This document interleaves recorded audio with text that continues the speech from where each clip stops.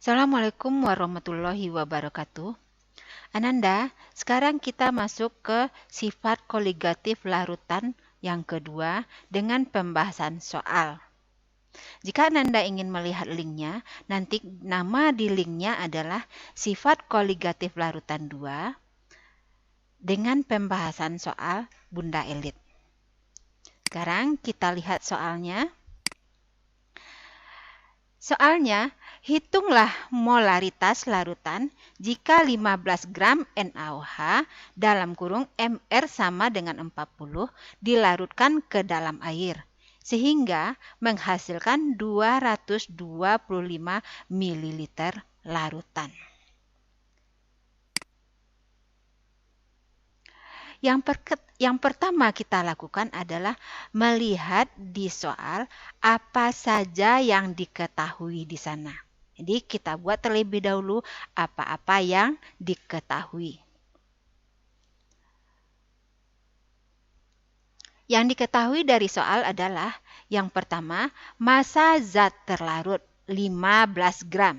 Zat terlarutnya yaitu NaOH dengan MR sama dengan 40. Jadi MR-nya 40. Kita tulis MR 40. Kemudian 15 gram NaOH itu dilarutkan ke dalam air sehingga menghasilkan 225 ml larutan. Jadi V larutan sama dengan 225 ml. Selanjutnya, dari yang diketahui itu, dari soal kita lihat apa yang ditanyakan. Dari soal yang ditanyakan adalah molaritas. Kemudian kita pikirkan, apa ya rumus molaritas yang saya miliki? Setelah kita mengetahui rumus tentang molaritas yang kita ketahui, kita tulis semua rumus. Kemudian kita perhatikan, kita lihat manakah rumus yang cocok dengan yang kita ketahui di soal. Tapi ternyata Ananda masih mempunyai rumus molaritas itu hanya satu, yaitu M sama dengan M dikali 1000 per MR dikali V. V-nya adalah V larutan dan ingat, V-nya dalam mililiter. Jadi, dan perlu diingat lagi, M-nya adalah M besar. Ananda harus bisa membedakan antara M besar dengan M kecil. M besar itu molaritas, sedangkan M kecil molalitas. M besar itu pembaginya adalah, ingat rumusnya sama ya, antara M besar dengan M kecil rumusnya hampir sama. Yang membedakannya di M besar dia dibagi dengan volume larutan. Sedangkan di M kecil dia dibagi dengan gram zat pelarut. Ingat, dibagi dengan gram zat pelarut. Sekarang kita kembali lagi ke molaritas. Nih, kita lanjutkan. Tadi rumusnya udah, sekarang kita lanjutkan. Berarti selanjutnya M sama dengan 15 gram zat terlarut tadi dikali dengan 1000 per 40 yaitu massa molekul relatif, dikali dengan 225 itu volume larutan. Hasil akhirnya sama dengan 1,67 M. Sama dengan 1,67 M. Itu hasil yang kita dapatkan untuk pembahasan yang nomor 1. Kita lanjutkan dengan yang nomor 2. Tapi nanti jika Ananda ingin bertanya untuk yang nomor 1 tadi, ataupun untuk semua pembahasan soal ini, nanti kita bahas di grup WA. Karena sekarang masih di video pembelajaran, kita lanjut aja dulu. Yang nomor 2, larutan fruktosa dengan konsentrasi 1,476 m mempunyai massa jenis 1,1 gram per mililiter. Berapakah kemolalan larutan? Jika diketahui Mr fruktosa sama dengan 180. Dan ingat, karena soalnya objektif, kita perhatikan juga jawaban yang di soal. Karena kadangkala jawaban yang di soal bisa mempengaruhi atau mengarahkan kita untuk pemecahan soalnya. Jadi kita perhatikan yang di optionnya ini, yaitu di option ada tertulis 1,75 mol per kilogram. Yang kita ingat di sini dia mol per kilogram. Oke, kita lanjutkan ke pembahasannya.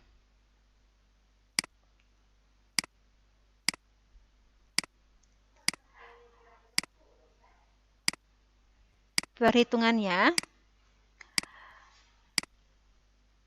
untuk mencari molalitas, kita seperti biasa kita harus menuliskan dulu apa-apa yang diketahui dari soal. Kemudian kita hubungkan dari yang diketahui, kita lihat di soal apa yang ditanyakan. Kemudian dari yang diketahui kita cari apa rumus yang kita miliki. Kita tuliskan rumus yang kita miliki, kemudian kita cocokkan dengan apa yang diketahui. Oke, sekarang kita lanjutkan. Rumus yang kita miliki yaitu untuk molalitas M sama dengan gram zat terlarut dikali 1000 per mR zat terlarut dikali dengan gram pelarut. Nah, di rumus ini kita analisa apa aja yang kita miliki. Apakah komponen yang di rumus itu sudah kita miliki semua? Jadi kita analisa terlebih dahulu. Kita lihat yang pertama dari rumus, yaitu gram zat terlarut. Apakah kita sudah mempunyai gram zat terlarut? Ternyata kita belum mempunyai gram zat terlarut. Jadi, gram zat terlarut ini harus kita cari. Gram zat terlarut ini harus kita cari. Seterusnya, dikali 1000. 1000 berarti kita miliki kan, nggak perlu dicari juga. Setelah itu, MR zat terlarut. MR zat terlarut tadi sudah kita ketahui dari soal. Jadi ini tidak perlu dicari. Selanjutnya, gram zat pelarut. Gram zat pelarut. Gram zat pelarut juga tidak kita miliki. Jadi harus kita cari juga. Dari rumus ini ada dua komponen yang harus kita cari terlebih dahulu, baru kita bisa memecahkan atau mencari dari molalitasnya. Yang pertama kita perhatikan di rumus, yaitu yang tidak kita ketahui gram zat terlarut. Jadi kita cari gram zat terlarut. Kita cari gram zat terlarut. Maaf, ini Bunda masalah larutan yang dulu Bunda cari ya. Tapi tidak masalah, kita harus mencari bagian yang tidak diketahui di rumus.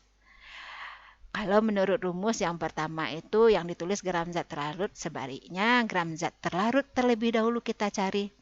Jadi gram zat terlarut kita perhatikan di yang diketahui, apa yang bisa kita hubungkan dengan mencari gram zat terlarut.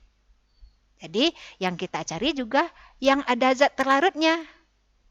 Kita lihat di yang diketahui yang zat yang berhubungan dengan zat terlarut yaitu mol fruktosa. Karena fruktosa itu yang zat terlarut. Jadi yang diketahui di sana adalah mol zat terlarut. Dari mol zat terlarut kita bisa mencari gram zat terlarut. Caranya, mol sama dengan gram per mm. Mol sama dengan gram per mm. Nah, rumus ini bisa kita putar dan kita bolak-balikan. Kalau mol sama dengan gram per mm, maka kita bisa mencari gram.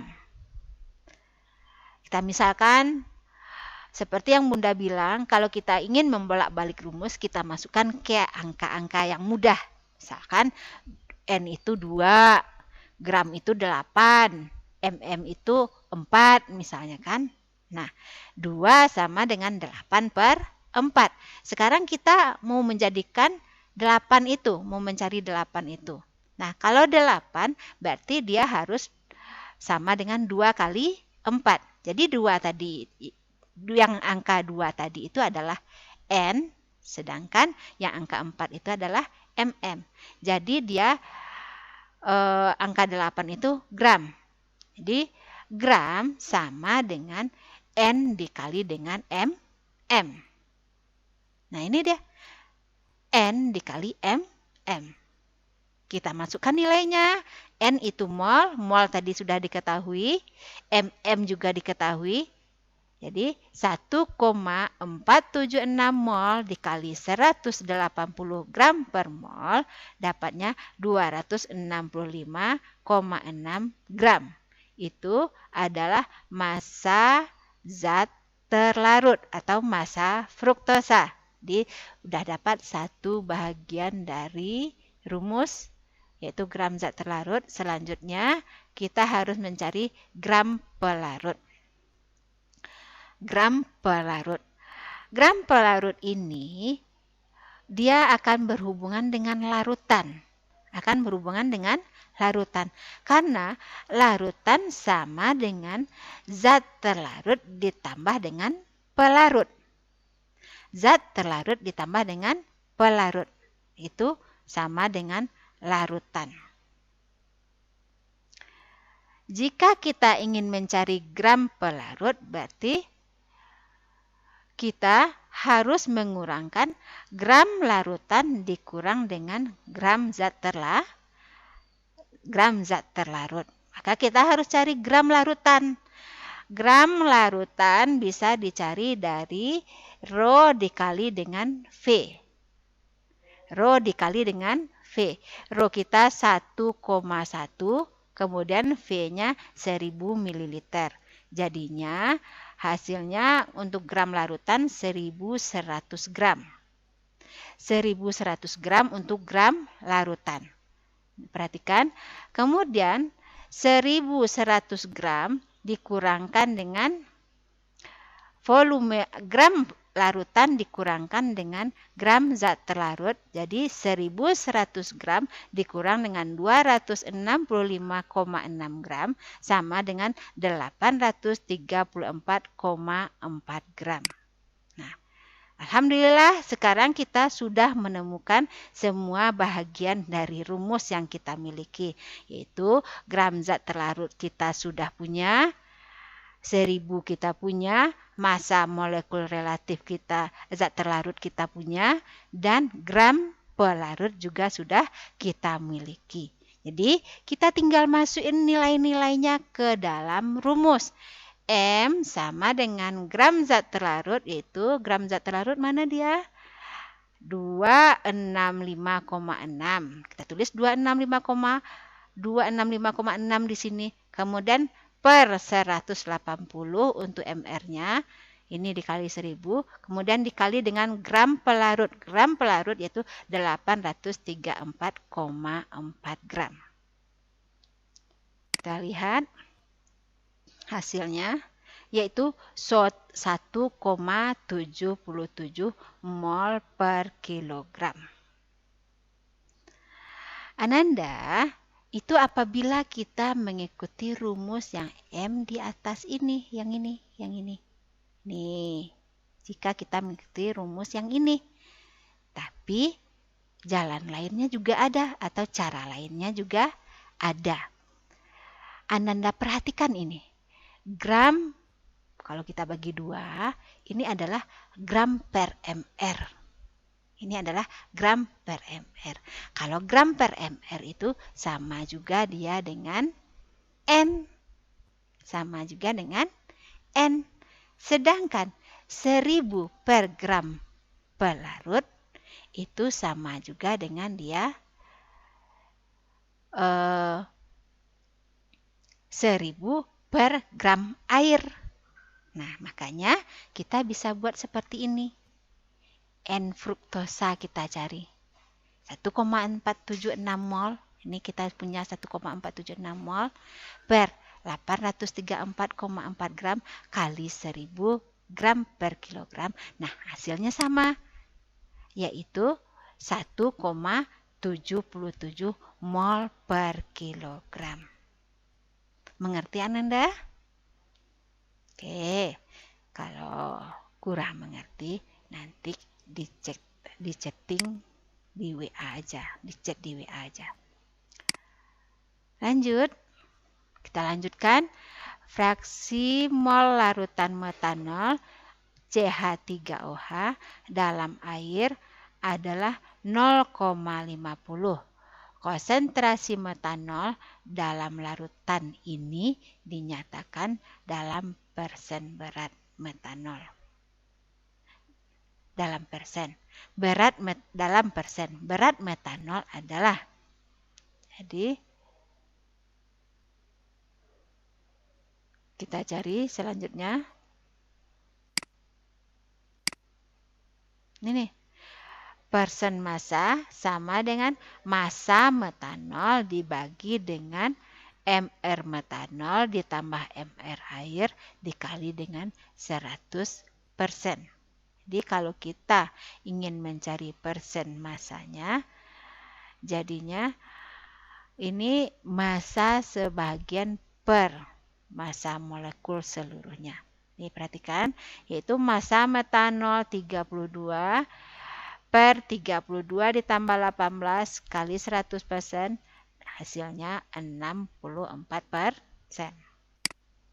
Lanjut, itu untuk fraksi mol. Sekarang kita lihat lagi untuk kemolalan. Jadi udah berapa? Molaritas udah, fraksi mol udah, molalitas juga udah. Jadi kita kembali lagi ini ke molal. Soal yang keempat. Jika di dalam suatu larutan yang dibuat dengan melarutkan 4,5 gram glukosa C6H12O6 di dalam 100 gram air, kemolalannya adalah, jadi yang ditanya di sini molal. Berapa M kecilnya? Jawabannya adalah A. Coba kita buktikan di pembahasan, benar tidak A jawabannya?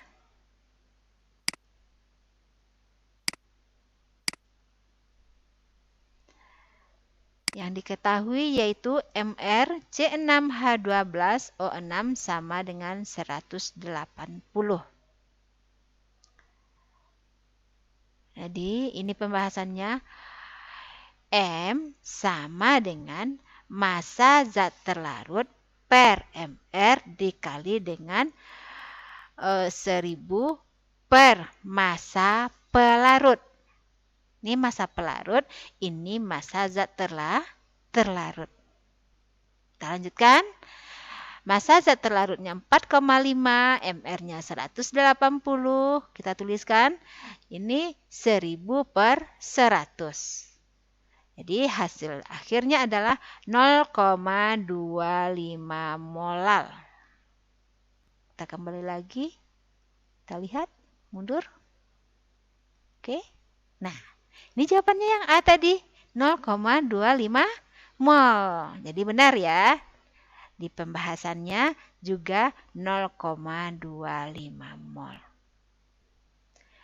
Alhamdulillah sudah 4 soal yang kita kerjakan, yang kita bahas, dan juga sudah dijelaskan panjang lebar. Mudah-mudahan Ananda bisa mengerti. Nanti kita lanjutkan lagi dengan pemberian tugas. Tapi sebelum pemberian tugas masih ada yang akan kita lakukan, yaitu forum diskusi. Ananda bebas bertanya tentang pembahasan kita tadi. Terima kasih. Assalamualaikum warahmatullahi wabarakatuh.